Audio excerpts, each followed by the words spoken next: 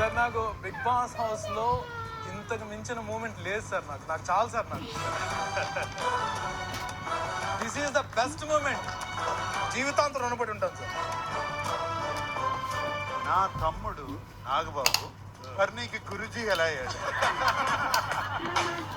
నాకు పరిచయం కొత్తల్లో బర్నీ మాత్రం చాలా ఎక్కరిస్తుంది, చాలాసార్లు తిట్టేవాడు కూడా.